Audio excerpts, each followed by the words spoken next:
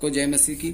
आज का विषय है, क्या मसीही क्रिश्चियंस मेडिसिन या दवाइयां खा सकते हैं। दरअसल ये शिक्षा किसी मसीहियों को दवाइयों का उपयोग नहीं करना चाहिए, बाइबल में कहीं भी नहीं पाई जाती है। इसके विपरीत बाइबल तो यह कहती है कि दवाई औषधियां परमेश्वर द्वारा मनुष्य को दी गई एक बड़ी आशीष है और पुराना नियम काल से ही लोग औषधियों का उपयोग अपने को स्वयं रखने के लिए किया करते थे। परमेश्वर ने इजरायलियों को कुछ ऐसे स्वास्थ्य नियम बनाकर दिए थे जिनका सीधा संबंध चिकित्सीय विज्ञान से था और पवित्र शास्त्र बाइबल में हमको कई ऐसे हवाले देखने को मिलते हैं जिनसे यह स्पष्ट पता चलता है कि बाइबल के समय में भी लोग दवाओं का उपयोग किया करते। श्रेष्ठ गीत में हम आगे पढ़ सकते हैं। श्रेष्ठ गीत उसका 7वां अध्याय 13 वचन में इस प्रकार लिखा है और यशायाह नबी द्वारा बताई गई। यशायाह भविष्यवक्ता ने अंजीरों की टिक्कियों की औषधि हिजकिय्याह के फोड़े पर बांध दी थी, जिसके कारण वह चंगा हो सका था। और यही बात आपको यशायाह 38 अध्याय 21 वचन में पढ़ने को मिल जाएगी।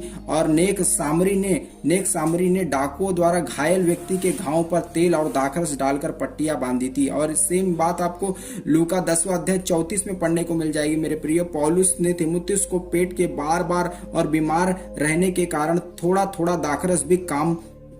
दाखरस भी काम में लाने को प्रोत्साहित किया था। और पहला तीमुथियुस 5वां अध्याय 23 वचन में इस प्रकार लिखा है, एजकेल भविष्यवक्ता और प्रेरित यूहन्ना दोनों के दर्शन में हम पत्तों के द्वारा चंगाई होने की बात पढ़ते हैं।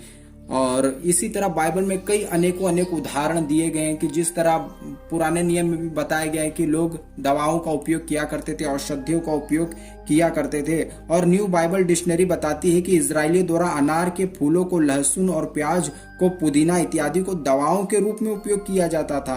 बाइबल में परमेश्वर ने स्पष्ट घोषणा की कि लोग स्वस्थ रहने के लिए दवाओं का उपयोग करते थे। और यिर्मयाह ने भी यही बात बताई है। यिर्मयाह की किताब 8वां अध्याय 22 वचन में हम ये पढ़ सकते हैं। आजकल यह भी देखने में आया है कि कुछ पास्टर और प्रचारक मसीहियों को डॉक्टर के पास जाने तथा दवाई लेने से रोकते हैं। ये लोग तर्क करते हैं कि यदि हम डॉक्टर और दवाओं द्वारा चंगाई प्राप्त करें तो परमेश्वर को महिमा नहीं मिलती।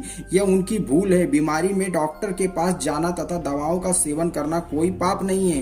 पुराना नियम में इजरायलियों ने याजक के संबंधित कई नियमों का पालन बताया था, जैसे कि शरीरों को धोना, तेल मलना और पुलपिट तेल मलना और दाखरस का प्रयोग और मरहम, लेप पट्टी आदि सारी बातें पुराने नियम में परमेश्वर के द्वारा बताई गई थी। और यहूदी महासभा के द्वारा वहां पे कुछ डॉक्टर और हकीम हुआ करते थे पहले जमाने में, जो औषधियों के खुद जानकार थे। परमेश्वर ने उनको बताया था कि ऐसी औषधियां लेना आप ठीक हो जाएंगे। और आज लोग तर्क देते कि नहीं, आज प्रार्थना कराइए, ये मत कराइए। जिस तरह प्रभु यीशु की परीक्षा लेने के लिए फरीसियों ने आया कि हम केसर राजा को कर दे या ना दे, तो प्रभु यीशु ने साफ उत्तर दिया, जो राजा का है वो राजा को दो, जो प्रभु का है वो प्रभु को दो। इसी तरह हमारा शरीर दो चीजों से बना हुआ है, एक आत्मिक शरीर और एक संसारिक शरीर। संसारिक शरीर में मांस है, लहू है, तो इसे दवाओं का उपयोग किया जा सकता है। और ये बिल्कुल भी कहीं नहीं बताया गया है कि दवाओं का उपयोग ना किया जाए। ये पुराने नियम काल से ही चला आ रहा है कि दवाओं का उपयोग किया जाता है। और नए नियम काल में यहूदी महासभा, जिसका सैनहेड्रिन द्वारा कहा जाता है, और नए नियम बनाया हुआ है कि प्रत्येक नगर में चिकित्सी मतलब डॉक्टर अवश्य थे। और यहूदी महासभा दवाओं के द्वारा कुछ वे मंदिर याजकों की स्वास्थ्य संबंधित देखभाल करें। इस काल के चिकित्सी अमीरों से तो रुपए ले लेते हैं, परंतु गरीबों का निःशुल्क इलाज किया करते थे।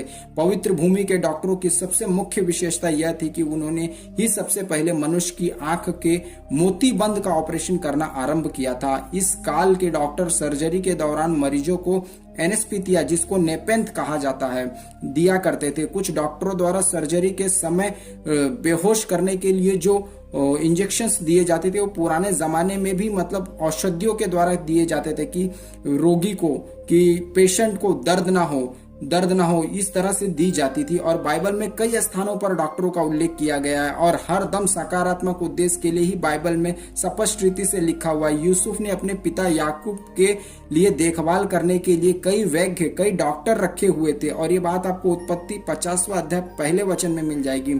और लूका रचित सुसमाचार तथा प्रेरितों के काम नामक पुस्तक में लेखक ने स्वयं लूका को कहा है, लूका को वैज्ञ कहा है। और मसीहियों की प्रेमपूर्ण चिकित्सीय सेवा करने के कारण पौलुस अपनी पत्री में उसे प्रिय वैद्य कहता है। और ये बात आपको कुलिस्सियों की किताब 4 अध्याय 14 वचन में आपको पढ़ने मिल जाएगी। मेरे प्रियो, प्रभु यीशु ने स्वयं रोगियों की डॉक्टरी के लिए औषधियां और दवाखाने उस समय 81 छोटे मोटे गांवों में ये कार्य चलाया था। और मती 9 अध्याय 12 वचन में आज के युग में जब चिकित्सीय विज्ञान ने इतनी उन्नति कर ली है कि लगभग हर रोगों का इलाज मौजूद है, तो यह कहना है कि डॉक्टर से इलाज कराना तथा दवाई लेना गलत है, ये बिल्कुल भी मूर्खता की बात है।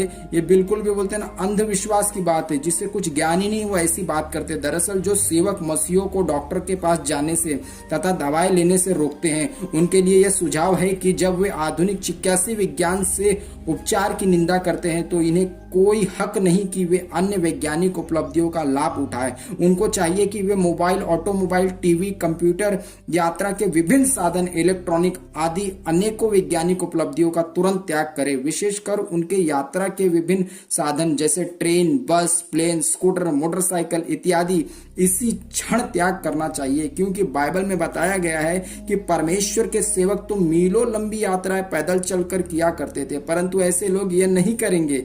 इसके लिए उनके पास अलग अलग बहाने, अलग अलग तर्क, अलग अलग वचनों के द्वारा आपको घुमाएंगे और अलग अलग तर्क देंगे, परंतु लोगों को समझना चाहिए कि यह बिल्कुल भी मूर्खतापूर्ण बात है, ये बिल्कुल भी मंद बुद्धि की बात है, सचमुच निरी मूर्खता है ये। क्योंकि परमेश्वर ने हमें आज के युग में रख कर यह सुअवसर प्रदान किया है कि हम आज वैज्ञानिक उपलब्धियों का लाभ उठाए। मैं ऐसा बिल्कुल भी नहीं कह रहा हूं कि बीमारी के समय हम परमेश्वर पर भरोसा न रखें, परंतु मेरे कहने का यह अर्थ है कि हमको चाहिए कि हम परमेश्वर को अपना काम करने दें और डॉक्टरों को अपना काम करने दें। लूका 20वां अध्याय 25 वचन में इस प्रकार लिखा है, बाइबल स्पष्ट बताती है कि परमेश्वर नहीं चाहता कि हम बीमार रहे, तू सब बातों में उन्नति करे और भला चंगा रहे। तीसरा यूहन्ना 1 अध्याय 2 वचन इस प्रकार कहता है, परमेश्वर चाहते हैं कि आप स्वस्थ रहे तथा इसके लिए आप डॉक्टरों और दवाओं का उपयोग कर सकते हैं। बाइबल में स्पष्ट लिखा है कि आप स्वस्थ रहे। और जब मूसा मिस्र से लोगों को लेके आ रहा था तो परमेश्वर ने मन्ना बरसाया था। मन्ना के कई स्वाद थे, जैसे बच्चे खाएंगे तो उनको दूध के जैसा लगता था, जैसे रोगी खाएंगे तो उनको दवाओं के जैसा लगता था, कई तरह के उसके स्वाद थे। और वो 40 साल मन्ना खाकर इतने फिट थे, उन्हें कोई रोग नहीं हुआ, कुछ नहीं हुआ। जो भी इस तरह का आपको तर्क देता है या बहाने बताता है तो सावधान रहें और परमेश्वर से प्रार्थना करें इस विषय में। और मैं आशा करता हूं कि आज का संदेश आपको समझ में आया। मेरे प्रिय भाई और बहनों, अगर आप मेरे चैनल पर नए हैं तो चैनल को सब्सक्राइब कर लीजिए। इसी तरह का संदेश आपको मिलता रहेगा। परमेश्वर की महिमा हो। आमीन।